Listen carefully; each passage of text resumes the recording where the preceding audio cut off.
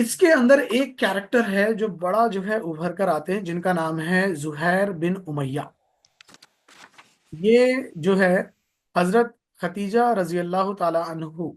حضرت ختیجہ رضی اللہ تعالی عنہا کے بھتیجے ہیں، یعنی ان کی بہن کے بیٹے، اور یہ گویا کہ ماموں بھانجے کا رشتہ بنے گا۔ تو اس طریقے سے جو ہے ان کے جو خالہ ہے وہ پوچھتی ہے کہ تم یہاں پر گھر میں بیٹھ کر مزے سے جو ہے کھانا کھا رہے ہو، اور تمہارے رشتے دار وہاں گھاٹی میں جو ہے تڑپ رہے ہیں، بھوک پیاس سے جو ہے وہ بلک رہے ہیں، کھانے کے لیے ان کے پاس کھانا نہیں ہے، پینے کے لیے پانی نہیں ہے، اور تم یہاں پر بیٹھ کے یہ ساری چیزیں کھا پی رہے ہو۔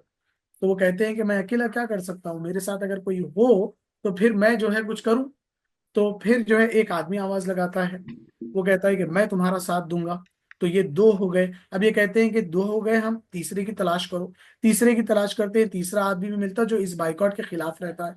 چوتھا آدمی، پانچواں آدمی، پانچ آدمی یہ لوگ مل جاتے ہیں۔ مل کر یہ کہتے ہیں کہ ہم جو ہے کل بیٹھیں گے قریش کے لوگوں کے ساتھ، کفار اور مشرکین کے ساتھ بیٹھ کر ہم اپنا پکش رکھیں گے، ہم اپنا جو ہے اپنا جو ہے کیفیت ہم بتائیں گے کہ ہم اس کو سپورٹ نہیں کرتے، اور یہ چیز بالکل ختم ہونی چاہیے۔ اور یاد رہے کہ جب میٹنگ ہوئی تھی سٹارٹنگ میں قریش کے لوگوں کے ساتھ، تو ابو جہل نے جب کہا تھا کہ بائیکاٹ کریں گے، تو زہیر بن امیہ نے وہاں پر بھی آواز اٹھائی تھی اور کہا تھا کہ اگر یہ چیز جو تم بائیکاٹ کی کہہ رہے ہو، یہ قتل سے زیادہ ظلم ہے۔ اگر تم چاہتے ہو محمد کو قتل کرنا تو قتل کر ڈالو، بائیکاٹ کرو گے تو یہ قتل سے زیادہ ان کے اوپر ظلم ہوگا، اور اگر اس سے تمہارا ارادہ ہے کہ وہ بھوک پیاس سے تڑپ کر مر جائیں تو میں تمہارا سپورٹ ہرگز نہیں کروں گا۔ تو اس پر ابو جہل کہتا ہے کہ نہیں، میرا ارادہ یہ نہیں ہے، میرا ارادہ یہ ہے کہ یہ بھوک سے تڑپیں، پیاس سے تڑپیں، اور یہ واپس اپنے جو ہے دین میں جو ہے آ جائیں، محمد کا دھرم چھوڑ دیں اور واپس اپنے باپ داداؤں کے دین کو جو ہے یہ اپنا لے۔ تو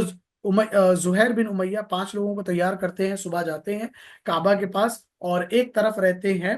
ابو جہل، اور باقی طرف جو ہے یہ لوگ میٹنگ کر رہے ہیں، اور یہ کہتے ہیں کہ ہم اس چیز کو نہیں مانتے، اگر آپ لوگ اس کو ختم نہیں کریں گے تو ہم خود کعبہ کے اندر جائیں گے، اور وہ جو معاہدہ ہے، جو عہد نامہ ہے، اس کو میں پھاڑ ڈالوں گا اپنے ہاتھ سے۔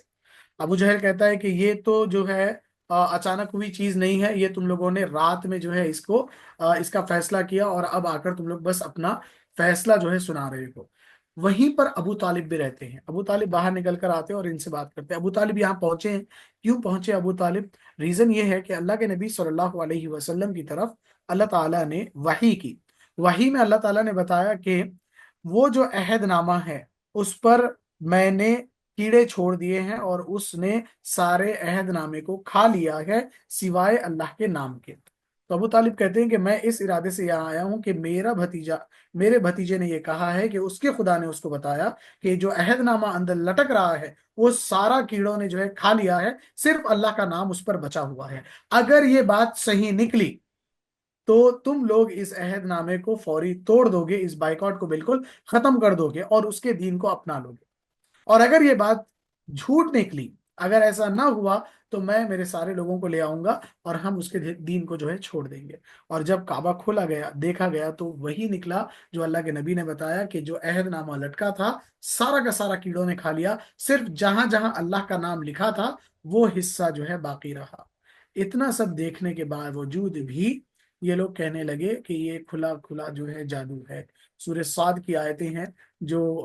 اس کتاب میں بھی جو ہے مینشن ہے، جس کے اندر اللہ نے کہا یہ ساری چیزیں دیکھنے کے بعد بھی ان لوگوں نے روح گردانی کی، ہدایت کی طرف نہیں آئے، اور کہہ بیٹھے کہ یہ سارا کچھ جادو ہے جو ہو رہا ہے۔ جیسے ہی پتا چلا کہ وہ عہد نامہ ختم ہو چکا، تو سارے مسلمان وہاں سے نکل کر آ جاتے ہیں واپس کعبہ کی طرف، یعنی اپنے وطن کی طرف۔